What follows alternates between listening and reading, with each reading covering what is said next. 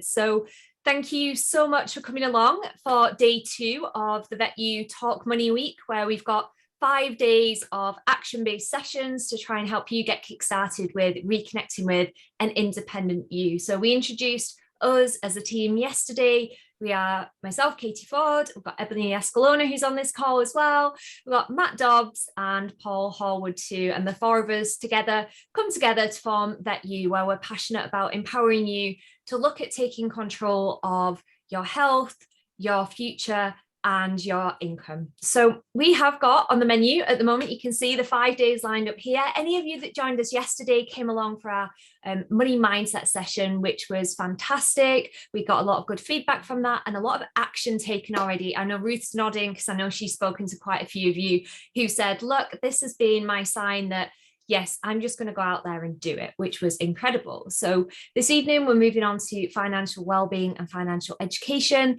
Tomorrow, we have a fantastic set of our financial expert partners coming along, and they're going to be showcasing a little bit more about the people behind the companies that we talk about. You can ask questions. We've got some tips that they're going to be giving and some insights as we open up conversations in Talk Money Week.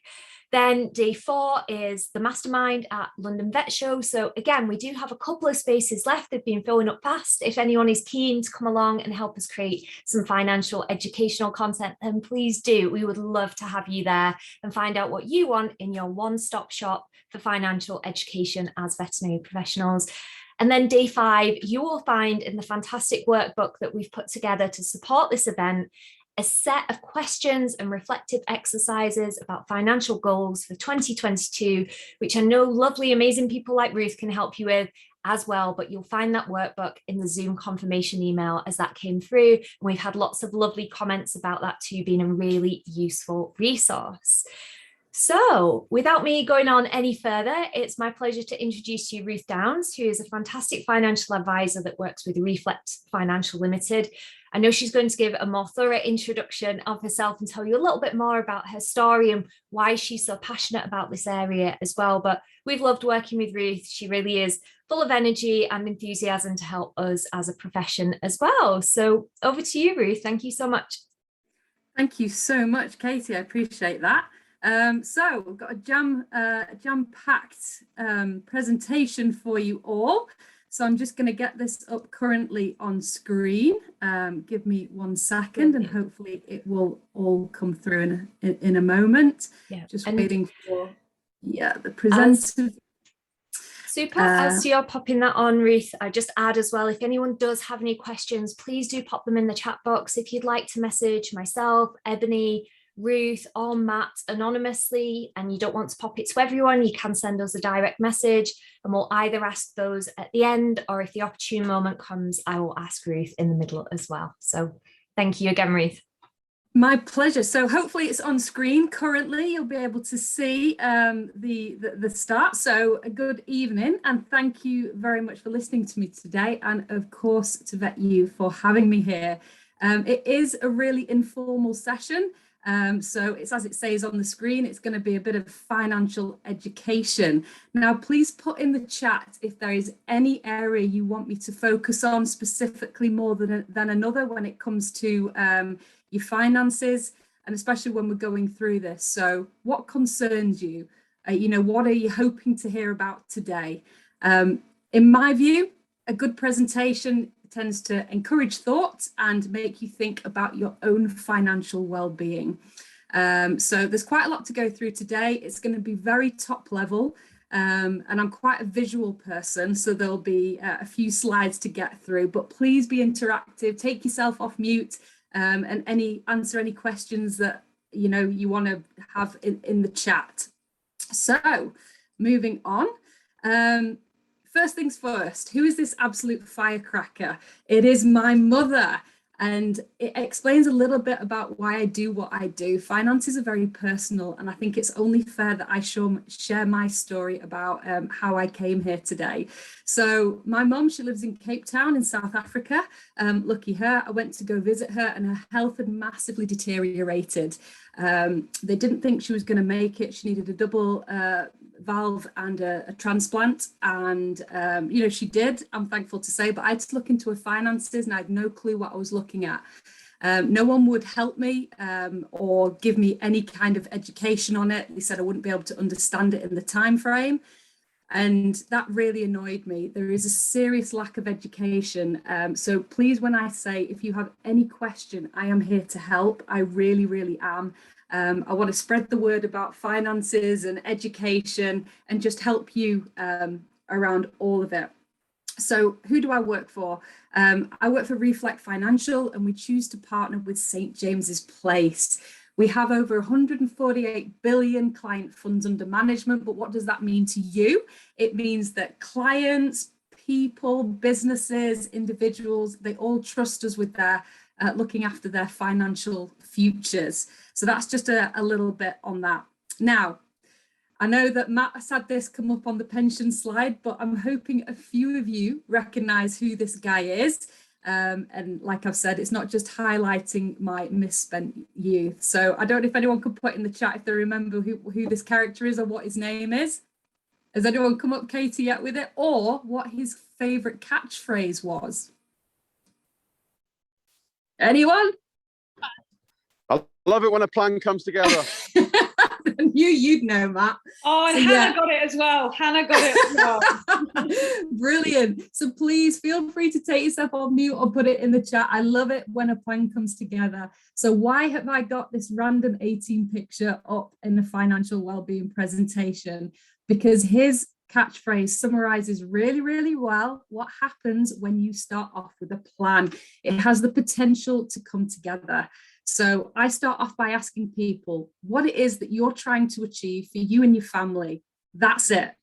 And then what we do is put a plan together to work towards your goals. And that is what advice is, and that's what creating a plan does. So what does a good financial plan look like?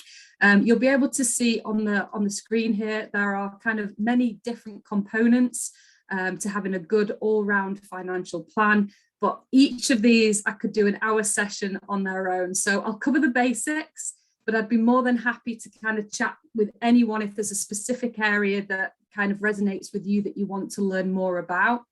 So you've got like budgeting. So if you're saving up for something, whether it's a holiday or something in the future, it could be a house, it could be absolutely anything.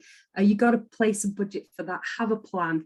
You've got debts. So misconception, not all debt is bad, such as like borrowing with your mortgage. There's such low interest rates. It's just about being knowledgeable and knowing what you can have, and if that money could potentially be better elsewhere. Protection. Underpinning everything that we do is protection, and making sure that your best interests are covered. Retirement. So sipping those pina coladas on the beach. How much do you need? We'll cover that in a little bit more detail, as well as saving and investment. So anything that you want to put into place for that special something. So the reason I'm here is to help to simplify all of those concerns, to take you away from feeling like you're spinning lots of plates, and to begin to address your personal financial objectives, whatever they may be. So the first point that we're going to have a look at is it's good to have a plan and understand your own personal budgets. What have you got? Where does it go? It may sound really simple, but when was the last time that you seriously reviewed your income and kind of outgoings? Now, I know that the VetU team, they've got a fantastic Excel spreadsheet that they upload that will allow you to look into this in more detail. Please use it, have a look, fill it in, use that as your starting point. Because quite often, if I had a penny for every time someone said, do you know what, I meant to come out with like £500 per month or something like that, but I have no clue where it goes. This will help you to understand exactly where it goes and what you're spending it on. So it's really good to understand exactly how much you're spending and where it is. So another way to think about it, I call it the 3 pots. You've got kind of your everyday fund, and this is where you've got your income coming in, and then you've got your outgoings going back out again. So like I've said, that'll kind of give you with a little bit that's left over that we call disposable income. So that little bit of cash that you do have spare every month. You've then got kind of your near future pot. And what is this? This is things that you want to save up for. So I look at it as in like 0 to 5 years.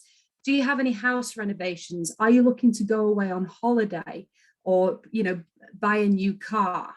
And then the very final pot is the long-term future pot, that anything spare, you should be looking to make sure that that something is being done with it and it's not being eroded by inflation.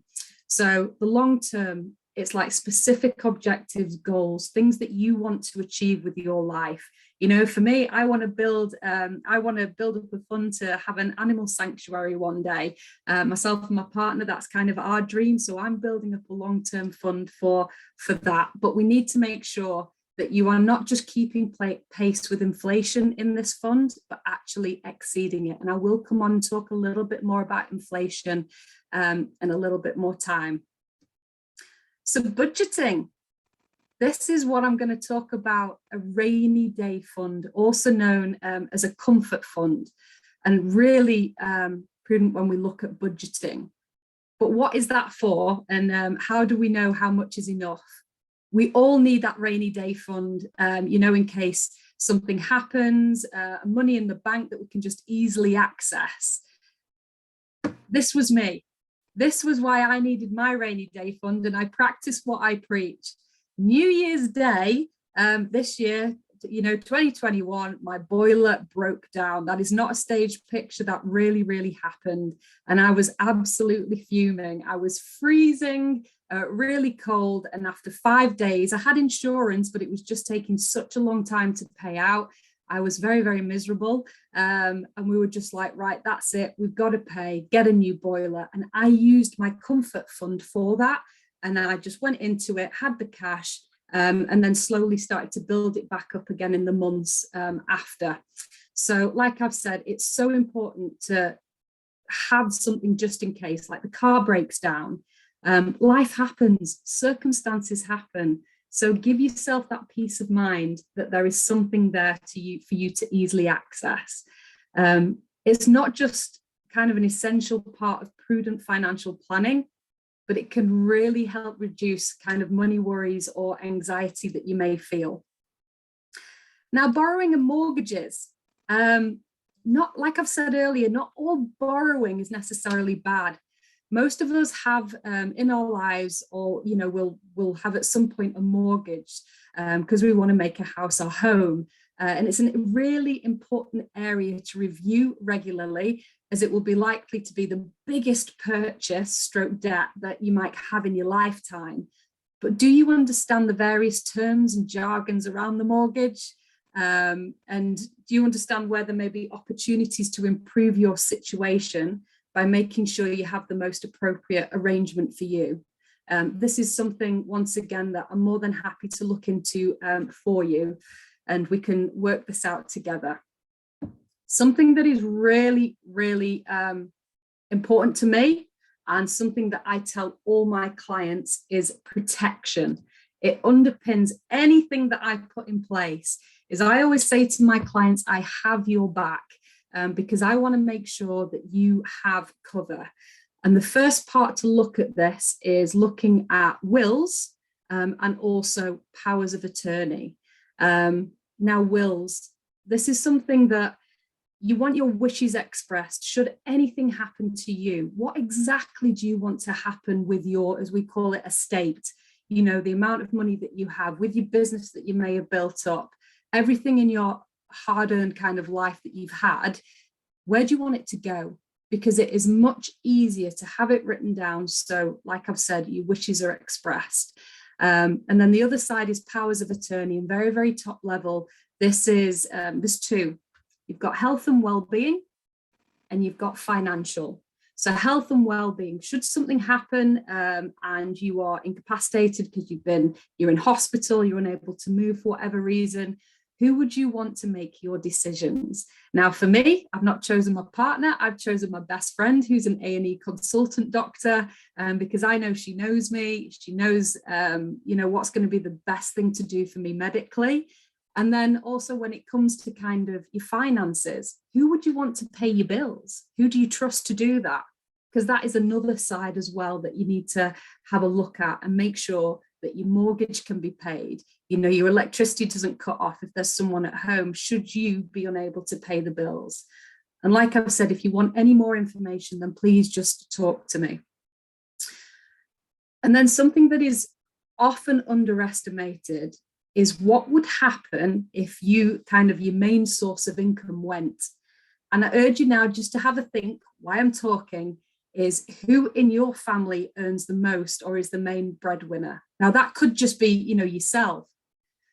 There are lots of different forms of protection. I'll just talk you through a couple of them now. You've got life assurance in case you're no longer here. You know, would you want to leave something, you know, for your family, to help pay for something like any debts you may have, such as a mortgage or a big purchase? Critical illness cover.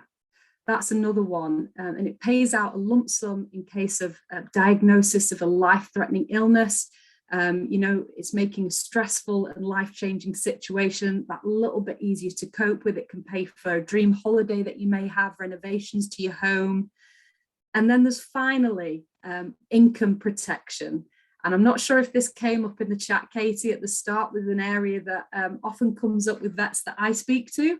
And it's providing an income in case you're sick and unable to work, and bring home that income that you have. Now, if we take the last one as an example, income protection, it's something that I have for many reasons, with one of them being I ride a 1000cc Fireblade motorbike.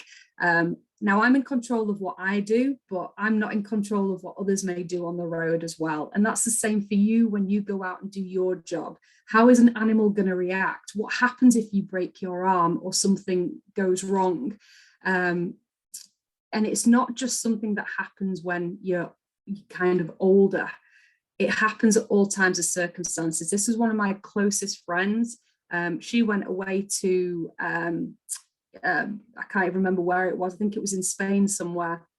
Hired a moped on her first day. She was going along, the brakes failed on that bike. She couldn't stop and she went over the top of a cliff. And that was her for 2.5 years. She had that on her leg, numerous operations. It's not, you can't think it will never happen to you, because it really, really can. Life is tricky. You know, you've got to think about what you would do. And just to spend 5 minutes out of your day and a bit of homework, just to think, am I covered for this? Because there are options, and don't think that just because you do the job that you do that you can't get cover. I brought this up yesterday in the chat because you can, but we've all got really busy lives and this stuff is really important. So please just have a think about things, because what price can you kind of put on peace of mind?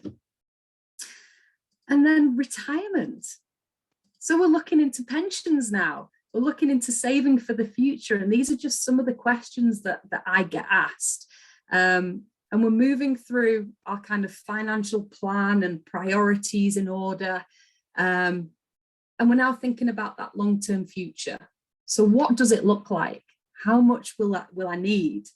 The 100-year life, which is the ladder on the right-hand side, is something that we all need to start thinking about and preparing for. You know, if you retire at 65, would you have made sufficient plans to kind of provide for an income for 35 years? And that's what you need to think about. So what is a pension? A pension scheme is a simple type of savings plan, a long-term savings plan to help you save money for later life. And there are fantastic tax advantages compared with other types of savings. You know, I said this earlier, pensions are my jam. I absolutely love them, get excited because of the many tax benefits around them, how they're structured. So how do they work?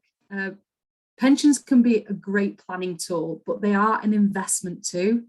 You save some of your income regularly during your working life, you know, into your pension, and that gives you an income in later life when you want to work less or retire. You know, that's the meaning of a pension, security when you're older. And if you look at that kind of ladder on the right-hand side, if you were born in 1977, you're expected to live to 93. But if you were born in 1987, you're expected to live to 97, and so on and so forth. So it is something, the 100-year life technology is advancing all the time. People are living longer. So just have a think. So when you save for your kind of pension, what goes into that? And the way that I describe it is like your ideal roast dinner. Now, I had one on Sunday, and my ideal roast dinner is, I love a big fat Yorkshire pudding. I love loads of gravy in there. Katie's will be different, Ebony's, Matt's, all of yours. You'll have different things that you really like, whether it's pigs in blankets, you like a bit more of a meat kind of preference in there, or a mixture. I look, and that's something that we call a portfolio, and we will look at what is that ideal mix for you, and we will put something together for you. And it's very much the same with, investments and personal finances. No two situations are ever the same, and that's why I love this job, because it changes every day. No two people are the same. We all have slightly different preferences, objectives, circumstances, and I'm just going to throw this one out there: risk strategies that we want to go. Are you quite adventurous? Do you think, right, I've got a long time to go for retirement, I'm going to take a bit more risk? Or are you quite cautious? That's something that we work out together, how you feel. But this is a very crucial part of making your own plan. And don't think you have to do all this at once. We do take it in stages. I'm just giving you a broad overall level of everything that goes into it. But please, speak to kind of a professional advisor. We're happy to discuss any questions or situations that you personally may be going through, and have a financial review with you. So, like I've said, pensions can be a fantastic planning tool and an investment. So I can't see you at the minute, but I just want you to have to think, hands up, who likes free money? Because I do. With pensions, you get free money put into them. If you're employed, your company puts money away for you into the pension scheme. So that's a really great benefit. If you've got, contributions from the company, you've got contributions that you then put in yourself, and then you get free money from the government that gives it that little bit of an uplift. And this diagram that's on the screen, it puts it another way. So if you are to put £100 a month into a pension, a basic rate taxpayer needs to pay in only £80. And this is because the taxman then adds £20 to your pension pot. They want you to save for your future, for your retirement. If you're a higher rate taxpayer and you want to save £100, then you just need to put £60 in to get 100. And then top kind of rate taxpayers, I'll put my teeth back in, only have to put £55 in to get that kind of full tax relief. Now, this works the same if you pay into a private pension yourself. And then something you might not think about is if you've actually got another pension that you might not realize how valuable it is, and that is your state pension. Now, your state pension, if you have full 35 years national insurance contributions, and there's a wonderful document on the internet called a BR19 form, which is on the government website, you can see how much you've saved already, and if you can make up those contributions for full years if you don't have them already. And you can get just over £9,300 a year if you have your full state pension. So it's not to be sniffed at by any means, but it can really help if you're looking to develop a plan for your future. You might want to include that in the amount that you want when you retire, and you might not want to include it. You might see it as an added bonus. We'll work through that together, but a state pension is a great base point. The question is then, what would you want kind of above and beyond that? And that's where the plans get a little bit more personal, because everyone's different. So questions I'll ask you: what do you want? How much are you going to need personally? And what do you want to do in your retirement? Do you want lots of holidays? Do you want to be able to I don't know, to go and live abroad. We can work through that together. Now, another question I get asked a lot is, how does it differ if I'm self-employed to being kind of a limited company? If you set up on your own as a limited company, you also have the option to make your pension contributions from your company. Doing it this way, it is classed as an allowable business expense, and the tax relief you get is offset against the profits of your business via your company's corporation tax bill. So once again, if you make the contributions yourself and not through the company, that is when you get the government kind of giving you the uplift. But if you're a limited company making your pensions that way, then it's kind of knocked off your corporation tax bill instead. So, unfortunately, the government won't let you have it every single way. It'd be great if they did. But once again, I can help go through that, and work out a plan with you. Just to spend a little bit of time on this, get your binoculars out and try and have a look at that if you can. It talks about the power of accumulation. So you've got Daisy. She's been fairly smart. She started making her pension contributions at 25. And she put in, £200 per month up until the age of 65. And she made a total of £96,000 put into that pot. Now, Ken started a little bit later. He started at 45 and he still made the same amount of 96,000 by putting in double the amount, so 400 at age of 45. But what this slide shows is it's looked at kind of them retiring at 65 and based on a very modest 5% growth rate. The difference with Daisy's is that when she put into it, the profit that she made got put back into a pension pot.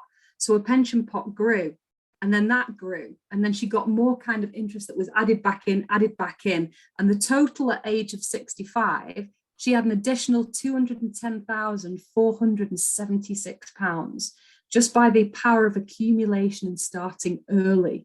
So don't ever think it's too late. Just start as soon as you can and help get that accumulation working within your favor. And you can see by Ken, because he started quite late, it didn't have the time to grow as much. So his pension was only kind of grew by an extra just over £69,000. And I really find that that's quite a powerful slide that I like to show, the power of just starting as soon as you can. So can I just jump in really quickly for you, Ruth? You certainly can. Yeah, we had a couple of pension-based comments, which I thought would be the opportune moment for us to jump in. And actually, we had, just looking at the last slide, someone's popped in the chat, the sweet smell of compound interest, which quite made me laugh. And then we've got two questions. The first one was, who can get a state pension, which I know you touched on, but if you were able to quickly clarify that one for anyone that's wondering who can get a state pension, Ruth, while we're on pretty the pensions. much. Yeah, of course. It's anyone that kind of pays national insurance contributions. So if you've got to have up to, for the maximum, it's 35 years. I think the minimum is kind of 10 years. So anyone can get a state pension if you're contributing, and you are a UK taxpayer, and you have been for a number of years, then that is something that you will have. But go onto the government website. It is fantastic. Just Google state pension and have a look at it, and it will pop up and you'll see how much am I, is mine kind of worth. You'll put in a couple of details and it will show you exactly how much you are on track to have at retirement and how many years you've accumulated. Super. Thank you so much, Ruth. And the second question we have linked in the chat as well to the pensions event that we did, where Ruth dived into this in a little more detail a few weeks back too. But someone's just asked, you can have multiple pensions. And we're asking about that in general. Now, I know you've touched a little bit on that, but briefly, and we will signpost back to the pensions event as well. But can you explain, Ruth, how it's possible to have multiple pensions and whether you should bring some of those together or not and how that works? Oh, of course. Look, I'm a big advocate of of combining pensions because they get lost. I think the amount, just off the top of my head, it was about 20 billion of like pension funds get lost every, over the whole term because people forget where they are, even little ones. So if you think about it, if you have 3 pension pots with different companies and they're all kind of little amounts in them, you're going to be paying kind of charges on each of those fund charges. They're only going to be able to grow by a certain amount because they'll probably have like low amounts in there. You'll have different risk strategies probably that might have been given to you by companies that you've worked for, or you might have just been put into what we call a default fund. So the benefit of having them all together is that it can grow because it's a bigger pot. So you're going to get that compound interest. It's going to be bigger because it's a bigger pot that it's working towards. You can house it all under one roof. I get really excited about pensions, I'm sorry, but you can house it all under one roof, and you can also create your own risk strategy for it, because you don't have 5 different risk strategies for 5 different pots. You're still working to that end goal. So just have it all working in your favor so that you know exactly that you're on track. We can do forecasting, which is free for you, to show you exactly coming up to when you retire, how much your pension will be worth at that point. We can help work that through to you. So my advice, get them put all in one place, and it's something that we can help you do. And I think I'll know the answer to this one from you, Ruth, as well. We've got, how do you decide which fund to join all those different pensions together in? And I think certainly from listening up until now, speaking to someone like yourself would certainly be very useful for that, Ruth. But is there anything you'd add to that? Yeah, so it's all about how long you've got, how old you are, how long you've got to go until retirement, until you want to retire, because you don't have to retire at 58, 59, whatever it may be for yourself. If you've got a private pension, it might be longer, in which case you can afford to take potentially a higher risk with that. Different kind of fund, you can have it invested in different areas. We've got environmental, social and governance funds that's done really well this last year. Yes, we work through that together to figure out the best plan for you, because at the end of the day, it is your fund. So you've got to be comfortable with where it is. I just help guide you based on all the information that you give me on your life and where you want to be, how quickly you need it to grow. And we work through it. Super. Thank you so much, Ruth. I shall let you continue with your wonderful presentation now. Keep them coming. Honestly, keep those questions coming. More than happy to answer anything. And I hope it's answered, enough for you anyway. But yeah, really glad whoever mentioned about the compound interest. Yeah, great. It really is so valuable. So the next one, savings and investments. And I'll come back to any other points that you want to kind of at the end. When we've planned kind of for our own security and income needs, we can then start to look into consider like savings and investments. And we might also consider kind of investing to give us a little bit of peace of mind. But are we clear on the difference between the two? What savings and kind of investments are? But let's kind of think. You might want, if you have kids, you might want to put a savings plan in place for them for, when they get married. You might want a big holiday when you hit 50. Saving for kind of your own dreams. There's lots of different reasons why you might want to kind of save and invest, but whatever it is, that's what advice is all about. It's about having a goal in mind. It's good to have a plan with the A team, but yeah, and making sure that we work together and we work with you guys to help understand that and put a plan towards it. And don't forget as well, when in later life, you've got kids and you kick them out the nest, you want to save those pennies towards a retirement. And like I've said, if it's like me, sipping those pina coladas on the beach somewhere. But so what is that purpose of why you're saving? And we can look into that and get something for you. Now, inflation, I'm very just conscious of time. This is something that I just want to go in and I like bringing up. The power of inflation is what a basket of goods cost last year compared to what a basket of goods cost this year. So I don't know if there's any men on the call today, but a West Ham United ticket in 1990, how much did that cost? Get a figure in your head. £5. 2018, how much do you think that West Ham or United ticket is? I don't follow football, so please don't judge me. I just thought it's not Manchester, it's not Liverpool. So yeah, 2018, Power of Inflation, that ticket is now worth £43. So that kind of gives you a bit of an idea. Milk, we'll do it again, 1990. I feel like I'm a catchphrase or something. How much do you think it's worth? 25p now. 2018, apologies, 44p. So it just gives you a guide of how much more expensive things cost.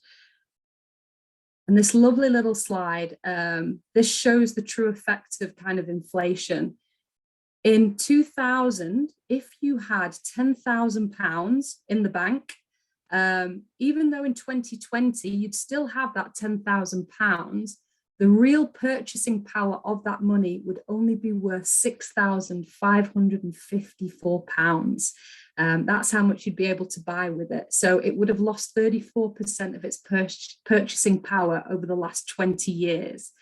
And like I've said, as life kind of, it's improved life expectancy, we're looking at kind of the longer retirement, the impact of inflation will become even more of a consideration as we kind of might run into the danger of outliving our capital. One of my clients, I'll never forget, I nearly fell off my chair. She told me that she actually kept all of the money in a mattress. Genuine story. It was like, I think she had about £35,000 saved, and I just brought this slide up for her. And now all I get is like, I got it invested properly for her, and she thanks me every single month when she looks in to see how much interest it's kind of gained. Work smarter, not harder, and just find out the facts of kind of what happens. So who's a Westlife fan? Anybody?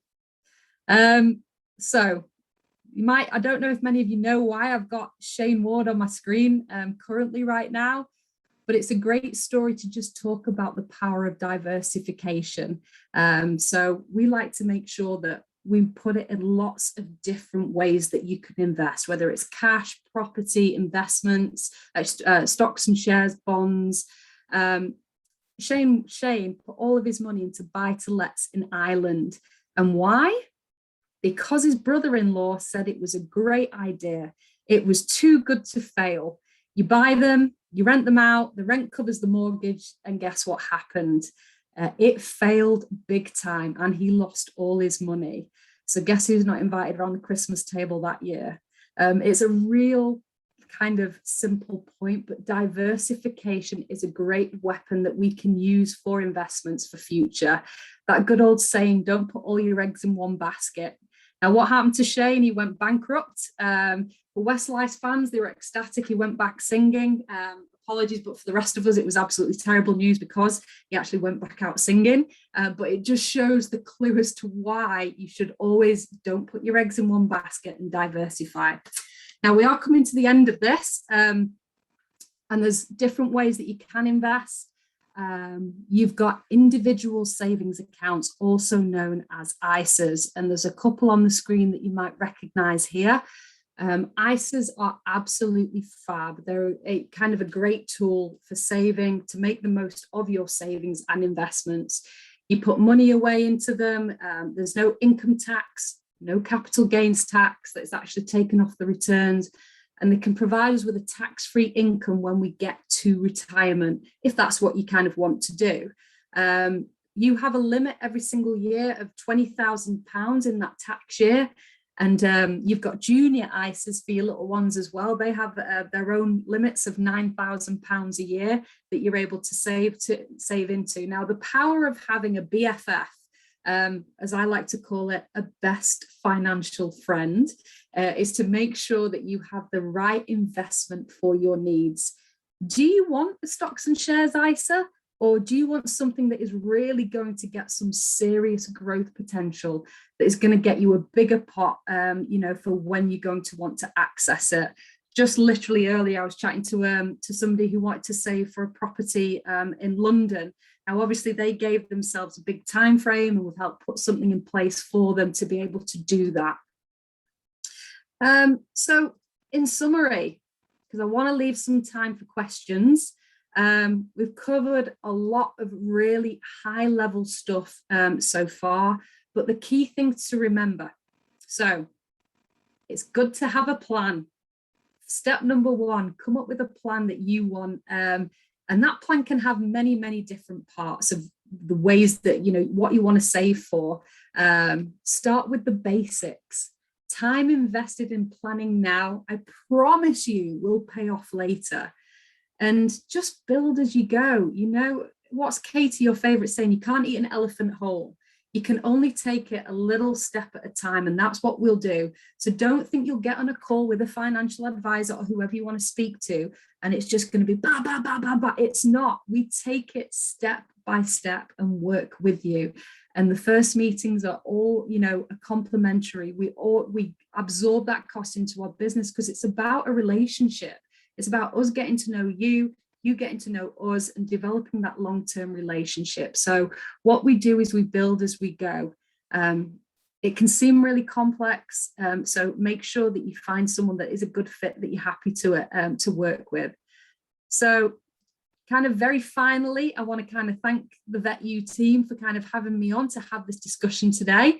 I promise you, they really care about you and your futures and making sure that you're set up and you're protected. So yeah, thank you guys for having me on, and I hope everyone's learned a little bit of something today. But yeah, give a bit of time for any questions that anyone might have. Oh, thank you so much for that, Ruth. That was so well explained, clear, thorough. That's a lot to fit into 45 minutes. So thank you. And for your passion, your enthusiasm, and your financial based jokes. I know quite a few people enjoyed those in the chat box. If anyone does have questions, please do pop them into the chat box. We've got a couple that I'll pull out in just a second, or you can direct message them to me or to Ruth as well, if you don't want to pop that in the chat with your name on there for whatever reason. But honestly, if you're thinking it, somebody else is probably thinking it as well. So one of them, I know, Ruth, that you showed quite a few different options for investment and where we can put our money. Someone's asked, what percentage of your income should be kept in the bank then, given inflation? If you don't have any mortgage or kids, you're just starting out working, you're renting at the moment. Obviously, everyone's individual, but as general thoughts on that, I don't know if there's anything that comes up for you, Ruth. Yeah, thank you so much, May. I'm just literally going through the questions now because I didn't get a chance while I was presenting then, but I guess I can't say exactly what percentage you should put in because, like you said, Katie, it's very individual. What we look at is what you have coming in. So like I'd said, your income, we have a look at what your outgoings are. Like you might have quite an expensive hobby that you have. And I want to make sure, you know, life is for living. So I want to make sure that you cover all those, you know, things that you want to do to have fun in life, to go out for those meals.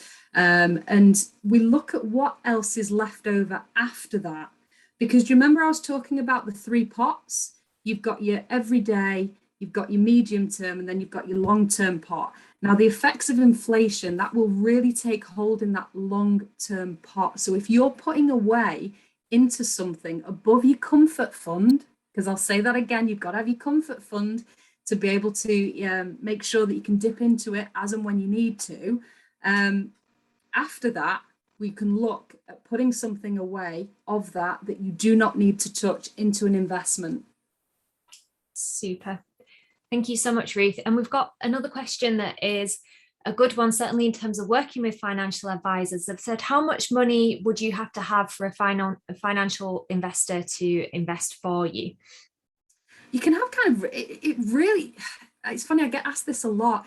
You don't have to be a millionaire. You don't have to have tens of thousands of pounds.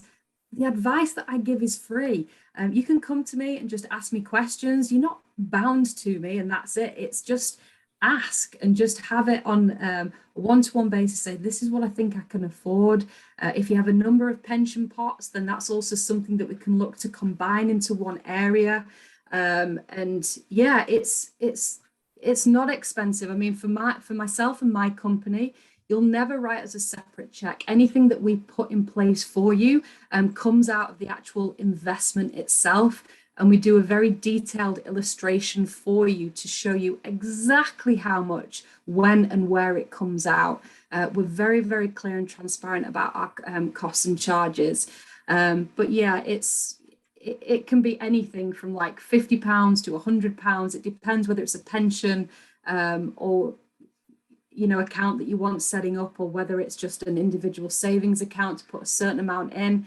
It can be a lump sum at the end of the year. It doesn't have to be regular investments. So it really all depends on your circumstances, how much you can afford, based on what your disposable income is after all your bills, and I call it the fun pot that you might want as well for all of your hobbies after you've done all that.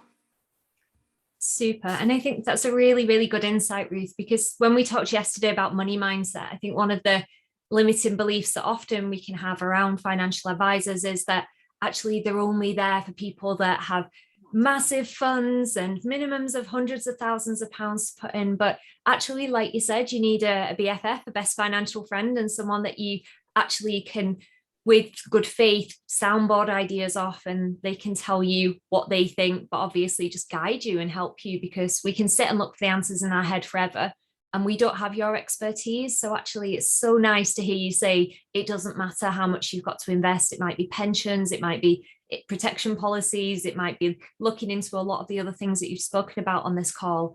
So what would happen, just for anyone that's interested, if they were to book in a call, for example, with you, Ruth? What would that process be? Like, what would that look like if people are thinking, oh, is it just if I have to go and say, here's my £100,000 investment fund that I've got? We've already cleared that one. That's not what's happening. What would that look like? So look, we take it in a stage by stage process. So we would book an initial 30-minute chat. It can take 10 minutes. It can take 15 minutes.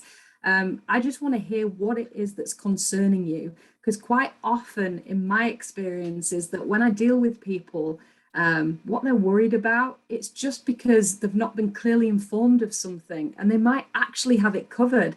I'll never forget going through a full review with someone, and I was like, there is nothing that I can do for you. You are covered because you've got X, Y, and Z in place that you didn't know about. They had some cover with their company that they were employed with, that when they investigated covered any debts should anything happen to them. So we just work together in a really clear, friendly, I'm a bit quirky. I'm not your usual stuffy advisor. I like to have a bit of a laugh, but I love what I do. So it's quite easy for me to do that and just explain it in a fun way. And we'll get down to the nitty gritty, what is really concerning you. And then we can, if you're happy after the 30-minute chat, then we'll go forward and book in a confidential financial review, which usually lasts about an hour and a half. And it breaks down your kind of incoming, outgoings, and we look at exactly how much you have spare to address any needs that you may have, like protection, like saving for your pension, to make sure you've got that compound interest. And just very finally, I just wanted to say, Katie, like I shared my story at the start because of where I came from with not being able to have access to information when I needed it for my mum when I was in the country I didn't know about. I'd given up my job, my life to look after my mum. And I swore that no one that ever knew me would ever be in that situation again. Someone can call me and said, I've just heard this on the news. What does it mean? How might that affect my future? Just give me a call. It's not going to tie you in. I'll just help answer and relieve any fears you've got. I always like to leave people better off than when I found them, and that gives me a lot of pride and satisfaction in what I do, and I genuinely mean that. Oh, I love that, and I think that comes across very clearly, Ruth, and your passion for this area too. I can see a few comments that have come through. It's good to hear you can help with pensions as well as investments. If you were to give a brief rundown of what financial advisors can in general help you with, because I know investment keeps coming up again and again, Ruth, but what are the key areas if people think, oh, I don't know if I need to speak to a financial advisor or someone else? What are the areas you can help with? Great question. So I like to learn a lot about everything. So I can help with pensions, setting up for retirement, whether it's regular or lump sums, whether you're a limited company, private. We do investments, so stocks and shares, setting up something for more longer term. You've got all kinds of different things. Investment bonds, we've got kind of unit trusts as well, collective investments, protection especially. So I can help guide you on protecting yourself on life insurance, assurance, critical illness cover, income protection. I also can help with mortgages, as well as we do later life care as well. That's something that we specialize in. People that you might know that are coming to retirement that need a little bit of help. I've kind of done a heck of a lot of exams to learn a lot about everything, so that if someone comes to me, I'm able to help them. Amazing. We've got a comment in the chat here, which sorry to hear this one because it sounds quite frustrating. I've contacted 3 financial advisors 2 years ago to discuss my personal financial situation. After scheduling me for a meeting, all 3 had cancelled before the meetings took place, which I know, certainly knowing Ruth and knowing the other financial advisors we work with at VetU, I can tell you we don't partner with people that cancel on you certainly that many times. Any financial advisor can be approached to discuss personal planning. Is that right? And I know you said obviously it's about finding someone that's a good fit for you. I know you're quite keen just to speak to and see who resonates with who when you jump on those calls, aren't you, Ruth? Yeah, 100%. It's, you know, anyone that contacts and wants to speak to me, I will get back to them within 24 hours, whether it's an email to say, look, I've acknowledged that you've got in touch. Like, for instance, tonight, I've got my phone on silent. I've not got my emails on. When I get off, I'll be able to access them and reply to anything that comes in. And certainly, if I am unable to help in a certain area, then I will make sure that I put you in touch with someone that does. It's very sad because it gives us a bad name when you have a bad experience like what's happened. But I know that you do a lot of due diligence on the advisors that they work with to make sure that you have access to financial advice and to people that genuinely do care and want to help you. So I certainly won't be cancelling if you book an appointment, and you can hold me to that. Yeah. Happy to help. Absolutely. And if anyone does want to know about who we work with as VetU, obviously we work with Ruth. You've met a lot of the other companies and advisors that we work with too. If you want to know more about them, you can email us hello@vetu.co.uk, and we'll be happy to just give you a whole menu of the services and the companies that we work alongside as well. So if there was one thing that you'd say is the most common or biggest worry that people normally come to you with as a financial advisor that you think has the biggest sort of impact for their financial well-being, Ruth, what do you think that would be? Fantastic question. I come up against kind of all sorts. People that, you know, worry that they've not saved enough for their retirement, and for, you know, for when they do get older. That is one main concern, and completely complementary is we have, you know, forecasting tools that can show you, like I've said, exactly how much your little pot can be worth. When you get to retirement, if you put payments in, what it might be worth. And I think people forget about the state pension as well. I always say, look at what, I'll say it again, BR19, what your BR19 kind of state pension forecast is worth. Google it. You don't need to remember BR19, but just Google it and put how much is my state pension going to be worth, and you'll get sent to a government website and you'll be able to find out. And people think, oh my gosh, I've got an extra £9,000 that will count towards my income in retirement should I need it. Income protection, that's another massive one, protecting themselves and their families. A big misconception is people, it's too expensive. I'm never going to be able to get cover because I'm a vet, you know, and, you know, because of the job that I do, or I have a hazardous sport. There is always cover that you'll be able to get available.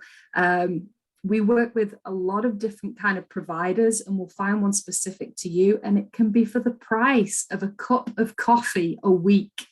I'll say that again, a cup of coffee a week. Just don't go to Starbucks or Costa for like a coffee, and that can pay to make sure you're covered. Now, I'll caveat that by saying everyone can, you know, be different. It depends if you're a smoker, how fit you are, things like that. But just don't be afraid. Just ask the question. Let me do some work, put my financial advisor hat on, and figure out what's going to be the best solution for you. And then at least you're going to be informed. You don't have to sign on the bottom line to take it out, but just find out. That's what I'm here to do. and help relieve some of those worries and stresses. Super. Thank you so much, Ruth. And I think that ends the session really nicely because we titled it Financial Wellbeing. And I think we've proved that quite a lot of the time it's us just knowing what the next step to take can relieve so many of those stresses and worries and overwhelm, or who to speak to and who's there to help us to break it down. Like we say, how do we eat an elephant one bite at a time? It can look really big and really scary if we're just approaching it and seeing everything all at once. But I know Ruth has just broken that down really nicely into different areas, giving you a top line idea of the different parts that you might want to know about as a veterinary professional, where you need to look for further information, some of the pitfalls to avoid. And we hope that was really helpful to you. So I'm just really quickly going to flick up our closing slide here. We've got lots of thanks coming in, which is fantastic. But we just wanted to share with you, if there is anything else that you need help with, you're not actually sure what direction to head in, sometimes we understand it can still feel a bit overwhelming, especially if we've had some of those limiting beliefs around money, which have made it seem scary that we touched on yesterday. If you are not sure where to start, you don't know who to speak to, you don't know whether it's Ruth, you don't know whether it's somebody else, email us hello@vetu.co.uk and we will point you in the right direction with the trusted partners that, like Ruth said, we do our due diligence on. We have conversations, we have lots of meetings, we make sure that they understand us as vets and as professionals and that they have our interest at heart. You can register at vetu.co.uk. We'll keep you up to date on the events that we do. We quite regularly do pensions events. We do events looking at income protection. We do events for new graduates. We do events for all ranges across our profession to make sure that everybody is catered for. If you do want to directly book in a call with Ruth, we've linked up Ruth's diary to the Calendly link that we've popped in the chat as well. So you can find a time that suits you, you can get that booked in. Then Ruth will get an email to say you've booked that in and you'll be able to jump on there. If you want to take one action and you thought maybe I do need to speak to a financial advisor, here's our time. We can do that, and you can do that this evening. Follow us on social media at VetU Community. You'll find us on Instagram, you'll find us on Facebook, you'll find us on LinkedIn and Twitter. We're very active on there, giving you lots of top tips, lots of insights, lots of think points. We want to make talking about money as easy as talking about the weather, because we understand that for a long time, we've wanted to keep our head in the sand, or it's been difficult, or it's been a bit scary. We're here to connect you with the people that will help you. And then finally, if any of you are coming along to London Vet Show, we would absolutely love to have you join us on Thursday from 3 till 4 at the Community Mastermind sessions. If you have a little look, we've popped the links before in the chat. It's also in your workbook. Make sure you've downloaded that. It's a really valuable resource that's taken lots of hours of the VetU team's time to put together for you, because we want you to get the most out of this. You'll find the link for that. And that's all about us getting lots of fine brains from the veterinary profession together to find out what's important to you in finance. Ruth is going to be there as well. Ruth's going to be there to answer your questions. She's going to be there to soundboard some ideas off, to try and get the conversation flowing.